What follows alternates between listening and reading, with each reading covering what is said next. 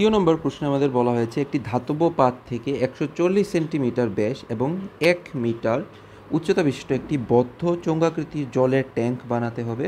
ওই কাজে কত বর্গ মিটার পাতের প্রয়োজন? তো দেখো, যদি আমাদেরকে এভাবে কিছু জিজ্ঞেস করে যে একটি চোঙাকৃতি ট্যাঙ্ক বানাতে হবে এবং কত পাতের প্রয়োজন, তাহলে আমাদের কি সমগ্র তলের ক্ষেত্রফল প্রয়োজন। একটি চোঙের সমগ্র তলের ক্ষেত্রফলের সূত্র হয়েছে 2πr × r+h। তো দেখো, এখানে আমাদের ব্যাস 140 সেন্টিমিটার দেওয়া আছে। ব্যাসকে আমরা ডি অর্থাৎ ডায়ামিটার দিয়ে রিপ্রেজেন্ট করি। তো ব্যাস যদি 140 সেন্টিমিটার হয়, আমাদের ব্যাসার্ধ হবে 70 সেন্টিমিটার এবং 1 মিটার উচ্চতা। যদি উচ্চতা 1 মিটার হয়, তাহলে আমি সেন্টিমিটারে নিয়ে গেলে তার ভ্যালু কত চলে আসবে? 100 সেন্টিমিটার চলে আসবে। তখন আমাদের কী প্রয়োজন? 2πr × r+h এর ভ্যালু প্রয়োজন। সুতরাং তার ভ্যালু বসাও,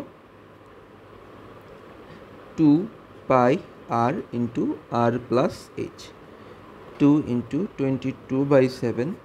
আর এর ভ্যালু কত? 70, এবং আর এর ভ্যালু 70, এইচ এর ভ্যালু কত? 100। 7 দিয়ে কাটলে 10 বার, তো কত? উপরে হলো 440, এখানে চলে আসছে 170। পাশে গুণ করো। তো দেখো, আমি 17কে 44 দিয়ে গুণ করছি। 4 17 68, 4 17 68, 8 6 8 14 4, হাতে আছে 1 7। তো কত চলে আসলো? 7 4 6 আর 2টা 0, এত কি? বর্গ সেন্টিমিটার। কিন্তু আমাদের প্রশ্নতে দেওয়ানো আছে বর্গ মিটার। তো বর্গ সেন্টিমিটার থেকে মিটারে যেতে আমরা কি 100 × 100 দিয়ে ভাগ করব। 2 0 2 0 চলে গেল। আর যদি আমি কোনো সংখ্যাকে 100 দিয়ে ভাগ করি, তো 2 ঘর আগে দশমিক চলে আসে। তো কত চলে আসবে? 7.46 বর্গ মিটার।